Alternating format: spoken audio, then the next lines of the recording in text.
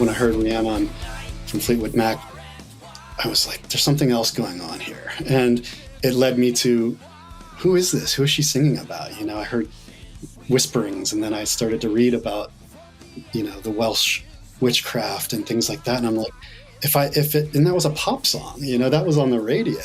Yeah. But it took me to a place where I wanted to learn about mythology and other cultures and things like that.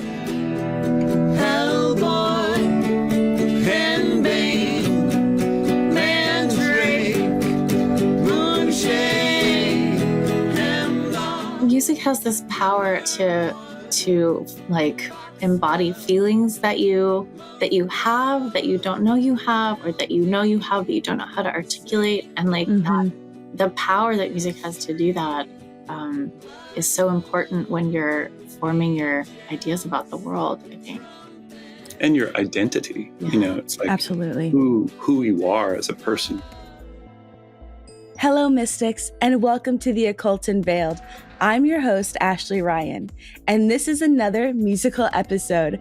I am so thrilled to bring you three very talented musicians today. First, Jason Myers from Icarus Witch, who will be world premiering their new single, Rise of the Witches, that I was so blessed to be a voice on, and the wonderful Charming Disaster with Aaliyah Bisker and Jeff Morris, a folk goth band who have a wonderful live performance for us tonight. And shout out to our friends at Vampire Vineyards, who create award-winning wines and spirits, which I can tell you taste great and look so cute. Welcome, everyone. Hello. Hey. Thanks for having us. Yes, I'm so excited to be here with you all. But before we dive into all things musical, I offer a tarot reading for everyone. Would you all be interested in? Oh, yes, definitely. Yes, please. Okay, so we're going to start with Jason. Jason, I want you to close your eyes and think of a creative block that you're having right now in your life. Let me know when you have it in your mind's eye. Good. All right, we're going to pull a single card to let Spirit tell you what inspiration that you need in your life in order to fix this mental block. So Jason, you have the Judgment card. This is one of the major arcana at the very end, and it shows that this block is coming from a cycle that you've been in for a long time. It's time to break that cycle and be able to start anew. Judgment is fire. Fire is cleansing in this regard. That's why we see the angel Michael coming down at the end of days. So I recommend doing some self-reflection and find where those blocks are internally so you can remove that creative block that you have. Thank you. Wonderful. All right, Elia, it's your turn. All right. Close your eyes and think of a situation creatively that you're feeling blocked in. Let me know when you have it in your mind's eye. Okay, I have it. All right.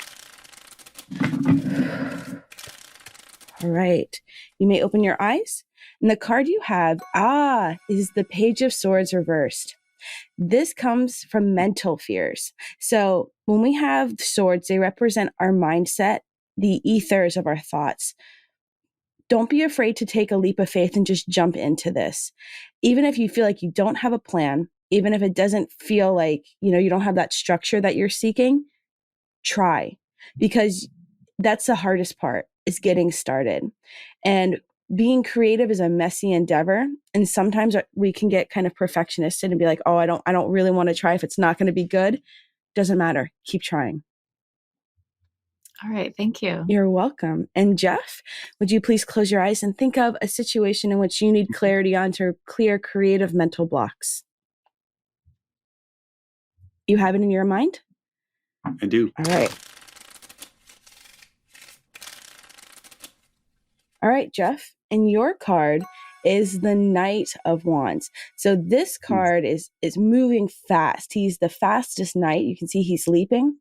This is about moving forward, even what may seem recklessly, with ambition and excitement. This idea that you have will catch fire if you push it forward with your will. It's a good idea. And it's good to be cautious. I completely understand. We want to make sure that we're doing things correctly, but sometimes we overcorrect ourselves and we become stifled. Let your creation and imagination run free. Very good. Thank you. Wonderful. So you know what I love about both of your musics is that you guys take things that are so dark and you make them light and fun.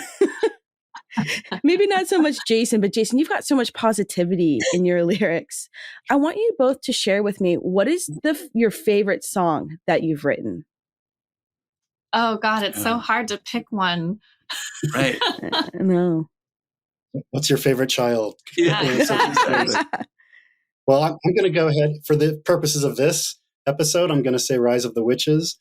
Hasn't come out yet. It's about to. Actually, you're going to debut it. And the reason I would pick that is because my band has been around for 20 years, and it was based on having the freedom to incorporate my occult views into lyrics without being like, a religious band or anything necessarily, Sure. but this song is sort of a culmination of that, where I was able to sort of take it up a level and make a conscious effort to create an anthem that is inclusive and for us, and hopefully will empower others to feel secure in their speaking up about their occult views. Absolutely. Absolutely.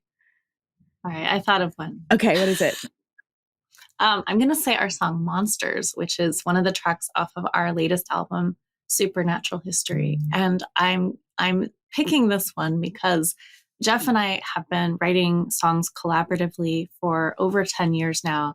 But the way that we wrote that song together was different from how we've ever done it before. Oh. We each kind of went to our separate corner. We were doing a little like songwriting retreat, and we took some time apart. And then we came back together to do a show and tell. And Jeff was like, right. Yeah. I was like, what? All right. So what's your song about? Monsters. What's your song about? Monsters. Huh. And so we both started writing a Monsters song. But like very different feel and chords and like different approach to the lyrics. And so we literally Frankensteined them together. Yeah. And so there's a part where Jeff sings and there's a part where I sing. And when we put them together, like on top of each other, that is like what we did when we were writing the song. And it has like a sort of gleefulness to it that is very fun. Yeah, even the bass parts, we both came up with very specific bass parts that we wanted, and we decided, all right, we'll just use them all. Yeah, we'll just cut the baby in half. Just sew the baby together. So speaking of songwriting, you talked about doing this retreat. Do either of you in your bands have a writing ritual? That's a great question. Jason, do you have a writing ritual? This time around, I did. On the new album that is in the can and going to be coming out later this year, it was I was more committed to automatic writing and experimenting with that. It's always sort of been there, but this time I wanted to just sort of give myself over to spirit, as it were, and just open up as a vessel to let words just come out that I wasn't necessarily picking or unconsciously picking out of the air. Yeah. So I started that way in the beginning of the process and just continued through the entire album. And so each song was like a ritual. It was like a 3-year ritual, basically. Wow. So, wow. Are you the main songwriter in the group, or do you collaborate? I'm the main lyricist and one of the songwriters. I on this album, I collaborate with my guitar player. Writes a lot of the music, and I write a lot of the words, and then we bring them to the rest of the guys. Cool. So that's sort of what we've landed on as our happy spot for recording or for writing. Yeah, and it's worked. This is the second album in a row that we've had this team function happening. That's really cool. For us, so we've been writing collaboratively for 10 years, and it has really evolved over time. We have like a few ways that we like to do it. And when we do a retreat, which we are like way overdue for, because it, when you're doing, you're touring and you're recording and you're promoting and you're planning. It's just to carve out the time to like be open to those intuitive forces. And you need space around that. Even you have that time, but you need space around that time to like get into the mood and not worry about, it takes some time to kind of get to, for me at least, to get to that place. I definitely think of it as creating a kind of sacred circle around what we're doing. And I'm feeling the lack of it right now. Because we've been just sort of going for a while. When we do those retreats, we usually pick a tarot card each day to sort of set the intention or give us a clue about like what that day might be all about. And that's kind of a nice practice and a nice way to like get to know that when we were very new to tarot, it was a nice way to explore one card in a deep way, and over time accumulate more knowledge about the deck. Yeah, that's great. You mentioned space. Like I think COVID gave us some space, if nothing else. Sure. That we had a couple years of lockdown there where we were able to just commit to being creative because there was nothing else really to do. So it sort of forced us to dig deep, I think. Yeah. I think about ritual a lot in like our performances and how we even if it's not specifically like a spiritual ritual, like there's so much about the practice of it that is like ritualized to get into that headspace. And for me, putting on my makeup is a big part of it, actually. Absolutely. That itself is a ritual, and like that's part of glamour magic, and you can see it on you. You have a very specific look, a very specific style that evokes emotion from the viewer. I totally see that. And not, and when we go on tour, since, when we're on tour, everything is different. You go to the different place, you're interacting with different people, the venue's different, the sound is different, all these variables.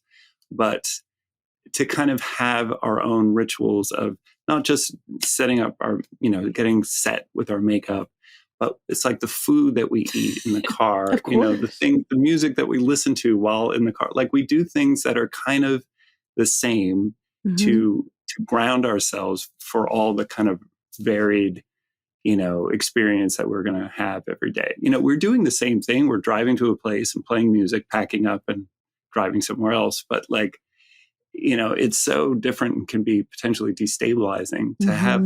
It's so important to have these kind of traditions or rituals that we kind of follow. That's true. You need to be so grounded. And I found that like practicing meditation and mindfulness comes in handy, because otherwise you're open to whatever, all these wild, crazy energies that everybody's throwing at you all day long on the road and in the venues. You need to really get your shields up and be able to center and ground, or else you can't give a relaxed performance to your people that came to see you. With the two of us, there are a few things we find ourselves saying to each other to sort of like evoke that groundedness. One of which is, "This is the fun part." Yeah. Remember, this is the fun part. This is what. Oh wow, I know that feeling when you are like getting so close to doing something that you love and you're like stressed out. You're like, wait, I wanted this. This is the fun stuff. Right. We set up all this. We set this up. We created this. Right. I mean, the flip side to that is like, you made your bed, you'll lie in it. Yes. Let's stay positive here. That's right. That's a great point, though, because you spend 23 hours of the day on tour doing stuff that you don't really want to do half the time. So it's like just so you can have that little moment, that little ritual. So that's so important to be able to. And speaking eke out that space. Speaking of ritual, Jason, we talked about creating the song "Rise of the Witches," and you wrote this during COVID, right? Yeah. Can you give us you gave us a little bit of background, but we're premiering this today, and you asked a lot of different witches, including myself, to be a part of it. Can you share a little bit of that process before we premiere? Yeah, absolutely. So the album is, it's called No Devil Lived On, and it's a concept album. But this was my first time trying a concept album too. And so I wanted each song to stand out on its own, for those that don't necessarily care to dive into the overarching story. This particular song, while it has a place in the concept, more importantly, perhaps, was written as an anthem for pagans, for witches, to come together and feel empowered. Because I feel like a lot of times there's so much division amongst ourselves and infighting. And it's like, look, we've got bigger fish to fry out there. We need to like come together and forget these things that seem like big differences that really aren't. Yeah. So it was sort of an attempt to bring some cohesion, hopefully, and get people feeling inspired no matter what level you're coming into the craft practice at. And sort of a pushback against this resurgence in those that are pushing back against us right now. If you know what I mean? do. It feels like it's so easy to feel like we're safe now as practitioners. And in a lot of ways we are compared to other parts of the world, but in a lot of ways it's sort of an illusion. And there are a lot of people that would like to take us down. And so without being over dramatic about it, I wanted to sort of create a space like a galvanizing anthem, you know? Totally. And in order to sort of add more power to that, I didn't want it to just be me and the band guys singing the chorus. I wanted to like reach out to the community and actually get some witches that I know and respect to lend their voice to it. So that's when I contacted you, and I was so stoked that you decided to do it, and reached out to probably 50 to 100 different people that I know. And we probably got about a quarter of that really came through with something. And I think that, I don't know, I got chills the first time I heard all of the voices blended together, because I was the only one, myself and my guitar player were the only ones hearing each little part. And then you start stacking them up and blending them. And then you've got this unified, battle cry, if you will. Very cool. All right, Bill, it's time. Let's hit it.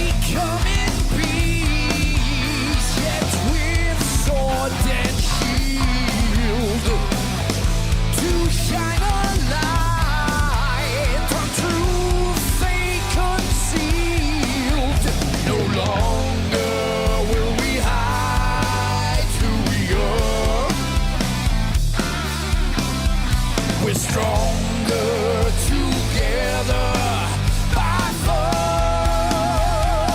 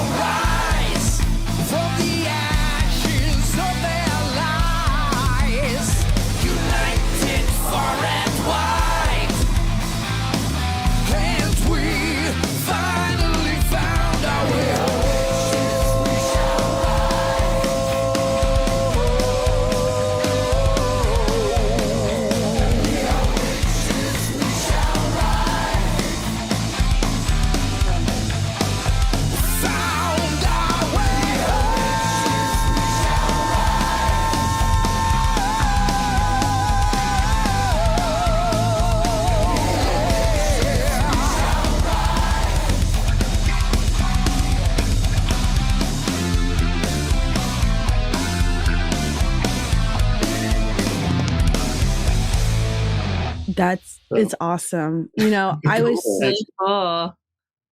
so excited when you I was too. yeah when you reached out to me. I was like on my desk and I got this email from you. I was like, I was doing some recording and I was like, oh, I'll get back to you within a week. And I was like, you know what? No, I'm going to do this right now. Yeah, you answered so quickly. I was like, Yeah. oh yeah. So most of my followers know I don't sing. I have not trained my voice. And you offered me this option to whisper.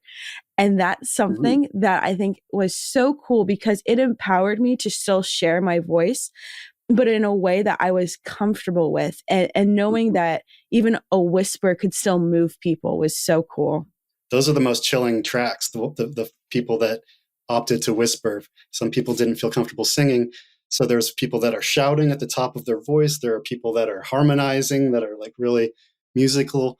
And then there are people that just really got into that space. And when it all blends together, I feel like it just creates its own sort of energy and entity. And I hope that a lot of people are inspired by that for years to come. I'm envisioning like a crowd of people, like when we play at a festival in Europe or something. I'm hoping we can get some crowd participation, you know. Yeah. But I just wanted a song that was written from the pagan perspective because in metal, so much music that is about the occult or witchcraft a lot of times is still written in sort of a schlocky way sometimes, you know, or just really leans into tropes. And, you know, I didn't want to be trope metal. I wanted to be like, no, these are actually people that I know. These are my friends. This is our lifestyle. This is not, you know, this is not some kind of Hollywood joke. You know? You just hit on like something I really wanted to talk about with both bands, which is finding the light in the darkness.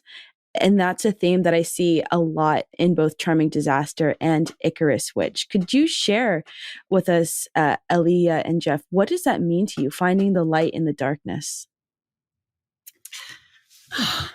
I think for us, we have a sense of humor, and Yes. I think that is kind Absolutely. of how the lightheartedness kind of comes out. And adding to that, like there are some things that are so bleak that kind of the only way to like engage with them is through humor, and so, you know, Black humor is a comfort. There was a reviewer a few years back who he mentioned something. It was like very it was very insightful. He mentioned something like the grinning skull, like the laugh. I think we like, said that. Did we say that? Yeah, we said that. We said that. Yeah, oh, that's so good. The grinning is so skull. good. Like the grinning skull. So like, you know, it's mortality, but like it's baked in. It's intrinsic to what we're talking about. What you just said. So there are different versions of the death card. And one of them actually is a grinning skull. I'm going to share it with you right now. And you'll see the skull is smiling as he looks back. So this, I think this is your card now. I love it. Yeah, I love it. I mean, like the sort of the joke that is mortality. Like, I mean, like how do you engage with, how do you take on mortality? Like that, like the grand punchline to all that we do, like all of our striving and our ambition and everything is like, we all die in the end. Like, does that make it meaningless? Like, I don't think so. But it is a shadow on all that we do. And for me, I can only sort of deal with it by like, you know, whistling in the dark, I guess. Our co-host has joined us. This is Euphrates. So, hello, Euphrates. Jason, what about you? You talked about with Rise of the Witches how it is like a shining light in the darkness. Your metal lyrics, right? Like most people think metal is like angry, burn the church down, but here you're offering positivity. Was that difficult to do in a culture that doesn't really value positivity? Not for me. I think I'm an optimist by nature. Although I also tend to dwell in dark spaces, but I don't see that as a negative. Okay. So I think that the way I view life, the way my outlook is on most situations is I'm looking for that silver cloud, and I kind of, that just shines through in our music most of the time, I would think. Even songs that are about heavy subjects, about the death of a loved one or about, some kind of tragic event, I still try to leave the reader or listener with a glimmer of hope that there's a light at the end of the tunnel, hopefully. But that's just my spin on pretty much everything. Yeah, So. I understand. Both of your answers, to me kind of show like what my journey has been. Like I spent a lot of time, when I was younger wondering like, oh, what is the purpose of life? What is truth? Like, am I just a materialist? Are we all going to turn to dust when we die? My bones going to go decompose into the ground? But it's through metaphysics and through spirituality that it's igniting curiosity, that childlike wonderment that I see, especially, in Charming Disasters music, that really helped me get out of that existentialist phase where I was like, nothing matters. I could just throw myself off a cliff and it's fine. No, there is meaning. And I think the meaning in life is what you give it. And that's what I love about music, is that there are people like you who give a voice to their experience and help others through what could be potentially very dark times. Mm. Hmm.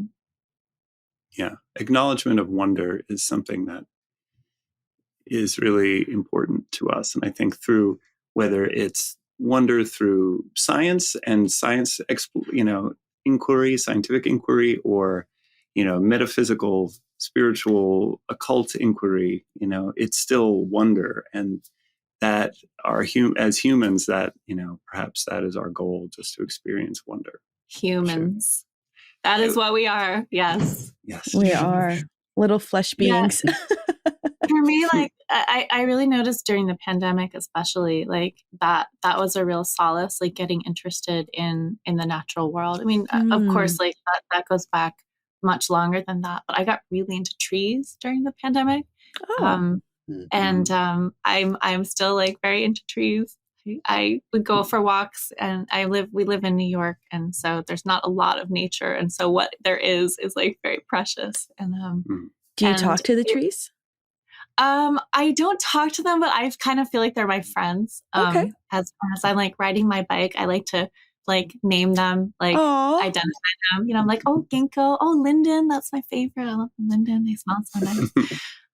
The fruit trees, and I get really like geeked out about the natural world, which is a thing that goes back to my childhood, but like really like there was a real resurgence of that during the pandemic, when we were really like looking for meaning in in a really absurd time. So I think that's true what you say. Thank you. You'll have to come visit next time you guys tour Pittsburgh. We've got a lot of trees out where I live. And it definitely helped me get through things. So for all of you, this is a question for all of you. When you discovered music, do you think that spirit led you to discover music, or it was through music that you unlocked your spirit? For me, I feel like it was always there, and finding, an instrument to play or some outlet for that spirit. It was just a matter of that, finding the thing to play, whether it be a guitar or a piano or something like that, that it just seemed like a natural expression. For me, the music was always there too, but it wasn't until later that it became a thing that I could make. It was, I grew up in a house where there was always music playing on a stereo or on a record player. But I thought of myself as more of a writer. I was an English major, and that was sort of my ambition when I was young. And so but I always really secretly wanted to make music and like thought about that. And I always kind of wrote songs, but I didn't really have an outlet for it. So I think I would answer a little bit of both. Like music was always, I don't know, a realm I was in, but I feel very grateful that my path led me to making it. For me, I think I was always attracted to music that had sort of a darker or occult edge to it, even when I was a little kid. whether it was metal or later on goth and industrial. And but when I started playing, it was around the same time that I also started with the craft. So those two paths sort of began from the same seed and then kind of grew congruently throughout my career. So it's always just, one's been the natural extension of the other, I think. I think I've incorporated music into my practice, and my practice just naturally weaves throughout at least the lyrics and the concepts and the artwork of the music. So, Elia and Jeff, you're going to be doing a live performance today. What song will you be performing? The song is called Hellbore, and it's from our newest album, Supernatural History. And it is a journey through not just a catalog of poisonous plants, which is one way to sort of look at it, but you could also think of it as perhaps a recipe, or and they're magical plants. They're the kinds of tools. Plants. Yeah. Yes, the tools. That's cool. It reminds me of like Macbeth, double, toil and trouble, frogs, newt. Oh, that's so cool. A little bit of that. A little bit. Oh. We have a few really good books about poisonous plants, which we referred to when we were writing this song, which were fun to explore. Well, I'm so excited to hear this and wonder how many plants I will be able to know which one. All right. This song is called Hellbore. It's from our latest album, Supernatural History. And it is a bit of a catalog of poisonous plants, or perhaps botanical ingredients for witches' flying ointment. It's not a recipe. It's not a recipe, exactly. Take a walk through the garden. Now the waxing moon is high. Gather up the pale night blossoms to quell your heart's desire. Say the words long forgotten. Blow the smoke and fan the fire.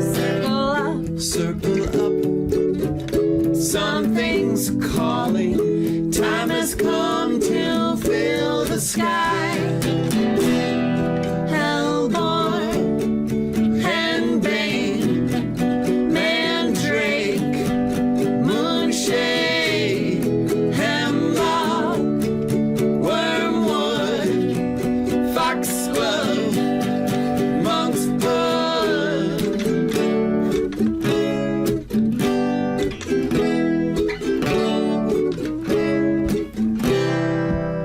Scrape the earth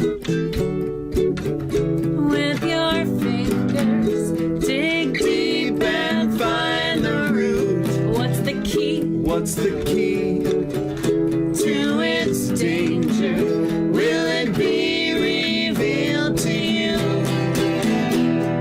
Hellborn, henbane, mandrake, moonshade, hemlock, wormwood, foxglove, monk's blood, milkweed, snakewood, yew tree, bloodroot, angels, trumpets, poppy, death's club.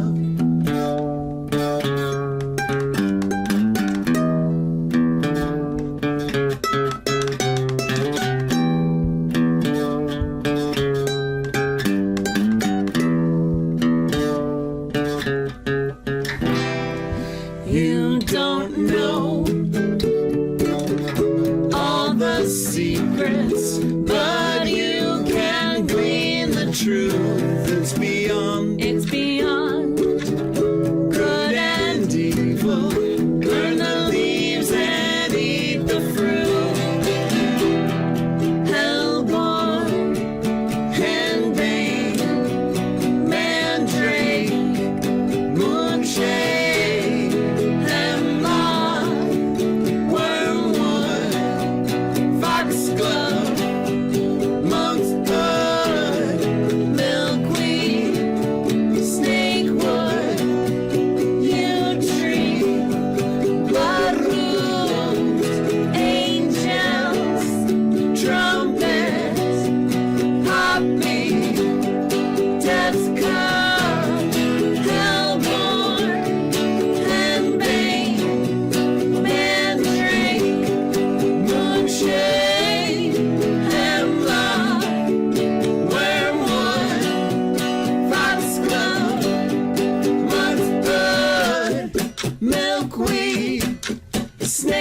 wood, yew tree, bloodroot, angels, trumpet, poppy, death's cup.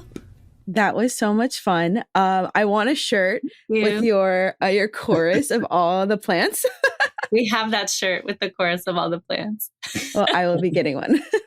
We had a fan tell us that they were wearing theirs the other day, and they went into a store and the guy behind the counter knew what all the plants were. And it was like an exciting moment. It's one of those, like, if you know things. Absolutely. Awesome. So I was able to recognize a lot of them. Foxglove was a big one. Hemlock, Mandrake. Hemlock, I think, is my personal favorite because of Socrates. So yeah, no, that's a great reason. Yeah. Yeah, Jason, do you have a favorite poisonous plant? I'm going Mandrake. Oh, Mandrake, yeah. That's a good one. Very magical. Classic.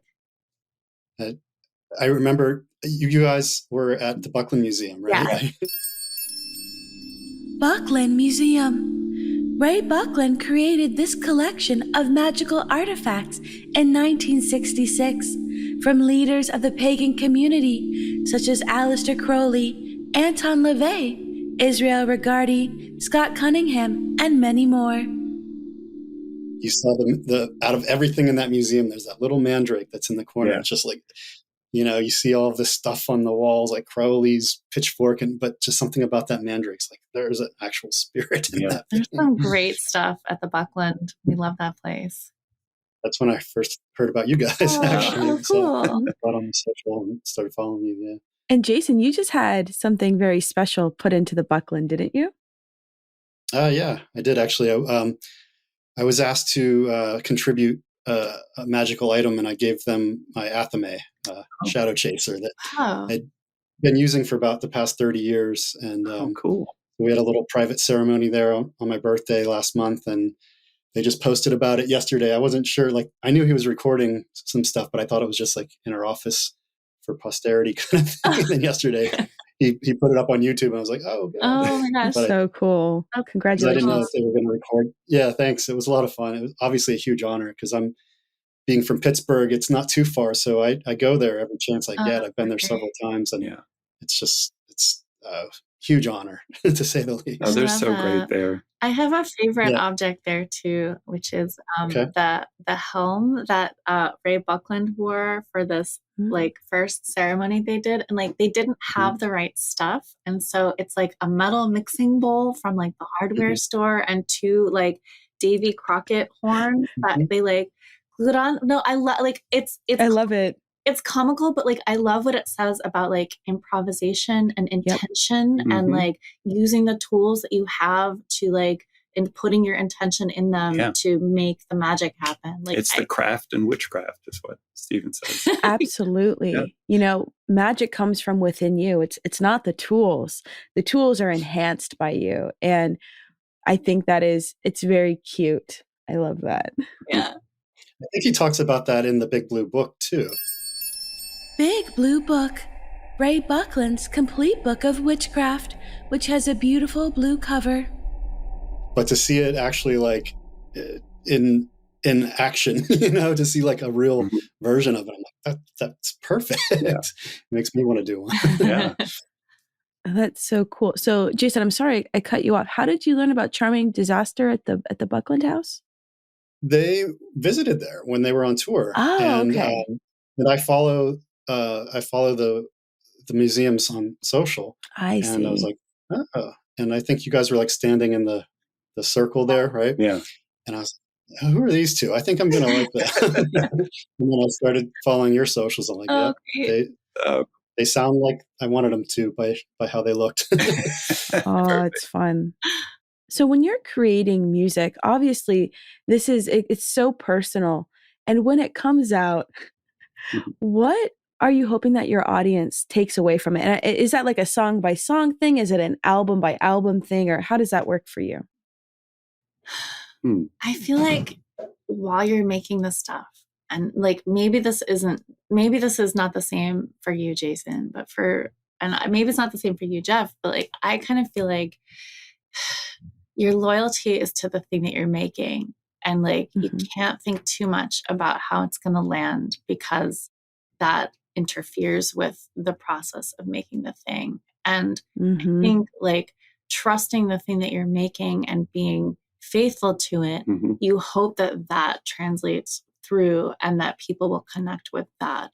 Cause like I feel like, especially when we did our last album, which was a concept album inspired by Marie Curie and her scientific discoveries. Mm. Marie Curie, a pioneering female physicist and chemist who won 2 Nobel Prizes for her groundbreaking research on radioactivity.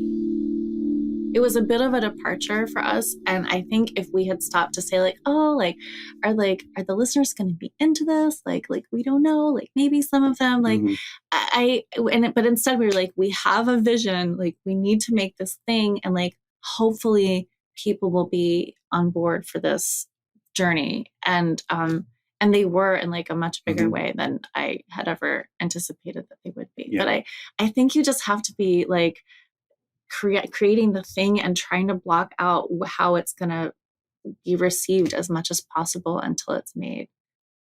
Yeah, same for me actually. I mean, I feel like if you're not true to yourself and you're not creating something that moves you, then you can't really expect others to be moved by it either. Yeah. So I feel like that's a trap that a lot of probably more popular bands fall into. It's easy to say when you're an underground band, Right. you live in the underground, like I'm keeping it real. But honestly, when you don't have the shackles of massive sales and pop, pressures, you can really do things like that when you're in a niche underground scene. Mhm. And I think it's very important to just, it sounds a little selfish, but like you write for yourself, right? You write almost as a catharsis, and the people that are meant to get that message will get it. They'll receive it eventually. And Yeah. if 1,000 people do, great. If 20,000 people do, all the better. But the minute you start altering that and writing for other people, or what you think your followers are going to want to hear, then you've sort of stifled yourself in your creative process. Yeah, because like what they want to hear is you doing the thing that you do. Also, I feel like it's easy to be wrong about what they're going to like, and like Right, you're that's gonna, for you're sure. probably going to be wrong anyway if you like Yeah. aim for that. Right. You might as well be honest to yourself and Hope for the best. sincere Yeah. and like, what's the word? Authenticity. Authenticity, integrity, both of those. Yeah. Yeah, that's what I was going to say. I really love hearing from all three of you. It's about authenticity. That is what success is. And that's how I have found success on the online space as a witch, is like not making what I think people want to see, but what enlivens my soul. And you're right, Jason, when the right people will find it when they need to find it. And that's a leap of faith. And that's a huge trust in the universe that like what I'm going to making isn't going to fall to the wayside. Yeah, you obviously hope that it'll inspire a lot of people, because it takes so much time and effort and money and all of those things, the blood, sweat, and tears you put into creating like an album. Is most people would, if you're not in a band, wouldn't know how much really goes into it. So I applaud any band, regardless of whether I get off on their music or enjoy them. I know that how much it takes to just get to the point where like we have a new baby. It's a huge, You know? it's a huge undertaking. I'm so grateful when people are like on board, especially when it's something that we've just gotten like sort of semi-obsessed with. And we're like, all right, we have to make a song about this, or we have to make an album about Marie Curie, or like we've suddenly gotten like really into manta rays, and like we're gonna do a song about manta rays, and then everyone's like, heck yes, we want the manta rays song. I'm like, Okay. For me, it was Aradia this time around. Like I'd heard the name and I was familiar with the myth and the goddess, but she really spoke to me at a ritual in the beginning of this whole process. I'm like, I need to read that book. It's been on my shelf for too long. I need to dive in and not just browse. And then then all of a sudden I've got this goddess like, no, here's what I want to say. And but it was told through the lens of a science fiction futuristic version of that same mythos, I guess you could say. Okay. Cool. I don't think I could think of that, you know. That's why I can't take credit for that shit. That's weird. So, but once it started going down that road, then I knew who to talk to and who to open myself up to let those message. And then it all started lining up and making sense. And I'm like, okay. So I'm glad that I read the book after all of those lyrics started already coming out. And I'm like, this is weird, but I'm gonna go with it. So we have a special question that comes from our director today. He worked on VH1 Storytellers earlier in his career, and he said that one thing that artists always said, that once a song was sent out, the meaning of the song became the property of the fans. Is that true for you? Yeah, I think so. I think so too. Yeah, It's you give up ownership of it once it's published. It's just an offering. It becomes a conversation, you know.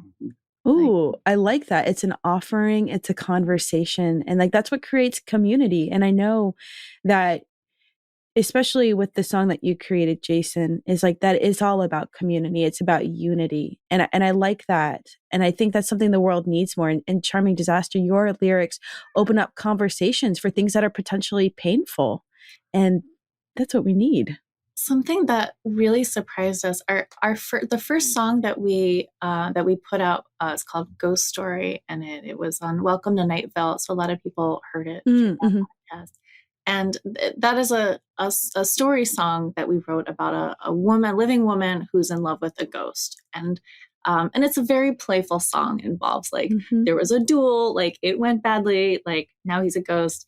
But what we found is that when a lot of people experience that song as a source of comfort. Like people come to us and talk to us about, you know, their partner passed away, and like their experience of being in love with somebody who is gone, like really connects and resonates with the song that we wrote. And I feel so honored to get to offer something into the world that comforts people in that way, which was not our intention. Like we weren't like, hey, let's write a song that like comforts the bereaved. Like that was like 1,000 miles away from where we were when we wrote it. But like it like apparently fits into that space for people who need it. And I think that's kind of a magic thing that happened.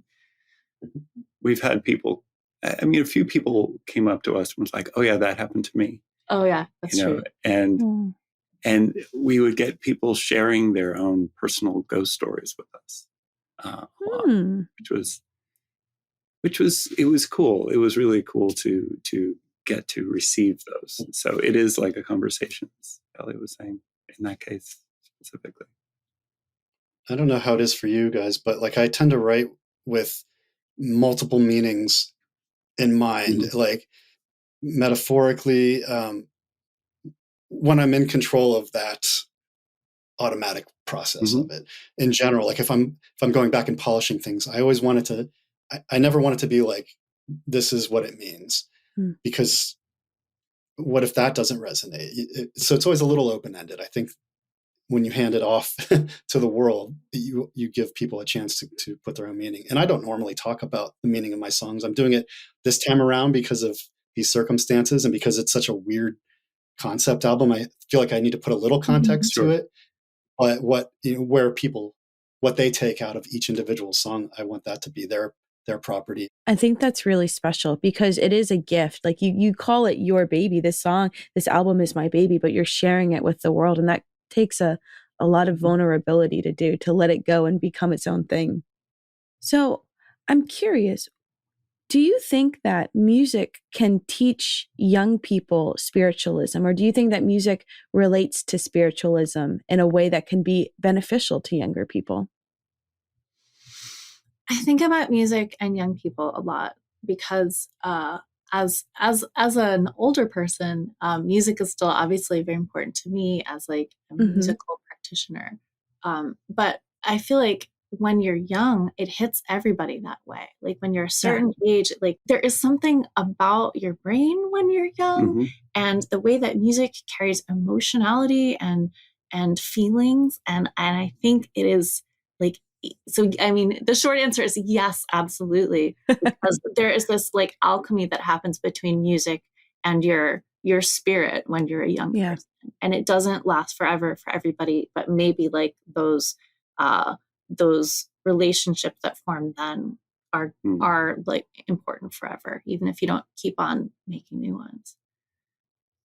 I think it could be a catalyst for attracting you to spirituality, sort of like the flame that attracts the moth. Like for me as a child, besides like heavy metal, there was like Stevie Nicks, or when I heard Rhiannon from Fleetwood Mac, I was like, there's something else going on here, and it led me to, who is this? Who is she singing about? I heard whisperings, and then I started to read about the Welsh witchcraft and things like that, and I'm like, and that was a pop song, that was on the radio. Yeah. But it took me to a place where I wanted to learn about mythology and other cultures and things like that. So I don't think she was putting that song out to convert people to become witches, but it's become a national anthem for generations of witches. So I think there's a way that it can sort of draw people in if they need to hear that message again. Music has this power to like embody feelings that you have, that you don't know you have, or that you have but you don't know how to articulate. And like the power that music has to do that is so important when you're forming your ideas about the world, I think. And your identity, it's like absolutely who you are as a person. You're just figuring it out, and I think your brain is also like how you respond to music, and everyone responds to different things in music, and like your neurological profile is getting defined, and also what you like about something. Maybe it's something like energetic and powerful and like metal, and you're really feeling this thing, and like you're like, oh yeah, this is me, this is who I am, and like I'm differentiating myself a little bit, and I want to find others who are into this, or I want to learn more about Welsh mysticism, which who else is into this, and it's very much like, it's very important, I think, and that's a unique kind of time when you're just figuring yourself out. Not that we figure ourselves out ever, but I think that it's a very kind of poignant time. Just think of high school, junior high school. God. As we wrap up, I want to leave a little food for thought for everyone listening and for our guests today. It's been shown scientifically that when a person has brain damage and they cannot speak, that they can still sing. If you play music, they will be able to sing along, even though the part of their brain which controls speech cannot work. And I think it really shows that music quite literally does hit differently in different parts of our neurological brain. And so that, I think, relates to spirit in some ways. Yeah, I love that. It's the power of the universe, like you said in the beginning. It's beyond the cerebral, it's beyond the intellectual. It has like a direct line to something else. Well, I want to thank you so much, Aaliyah, Jeff, and Jason, for being here today. It has been a pleasure to learn about your processes. Thank you for inviting me. Yes. This has been awesome. Thanks so much for a wonderful conversation. Yeah, it's great being here. And thank you, Ashley, for all that you do for the occult scene too. Thanks. I mean, I mean sincerely, you're unique, and I've felt that way since I first discovered your online presence. You put in the work, and you shine in a way that other people don't. So I appreciate you. Thank you. Thank you for seeing me. I appreciate that. And before we sign off, can you share where our fans can find you on social media and any special up and coming shows? Oh, sure. So Charming Disaster is found at charmingdisaster.com and all the social media channels. We're a Charming Disaster Band on Instagram, or on Spotify, Bandcamp, YouTube, all the places pretty much. We're pretty easy to find. And we have a tour coming up. We're starting with the Rochester Fringe Festival on September 23rd, and then we'll be touring all around after that. So you can find out about that on our website. Exciting. Awesome. And for us, it's IcarusWitch.com is our main site. We're also on Bandcamp and Facebook and Instagram and Twitter and etc. As Icarus Witch. And we don't have any tours lined up right now. We are going overseas again in September. Cool. We're going to be playing a festival in Germany in the beginning of September and playing Switzerland and possibly a couple other dates around that festival. And then playing in Pittsburgh. We're looking to do a big album release party. We're just still waiting to hear when that release date is going to be before we book any tours or parties around it. Right now, we're hoping for a Samhain release. Oh, That's very what I'm cool. sending out into the cosmos. So we'll let you know. Well, thank you again so much for joining us today. And until next time, Mystics, stay magical. Take a walk through the garden. Now the waxing moon is high. Gather up, gather up. The Occult Unveiled is produced by F Street Productions and M is for Magic. Our executive producers are Ashley Ryan, Michael A. Simon, and Scott Kushner. Our show is produced by Deborah Simon. Our audio producer is Bill Schultz. Our talent booker is Perry Turcott. Laura Kaufman is our coordinator. Thank you for listening, and for more information on any of the topics you heard today, plus really cool links and ways to learn about Ashley, Pythian, and all of our guests, go to theoccultunveiled.com website. The Occult Unveiled, copyright 2023.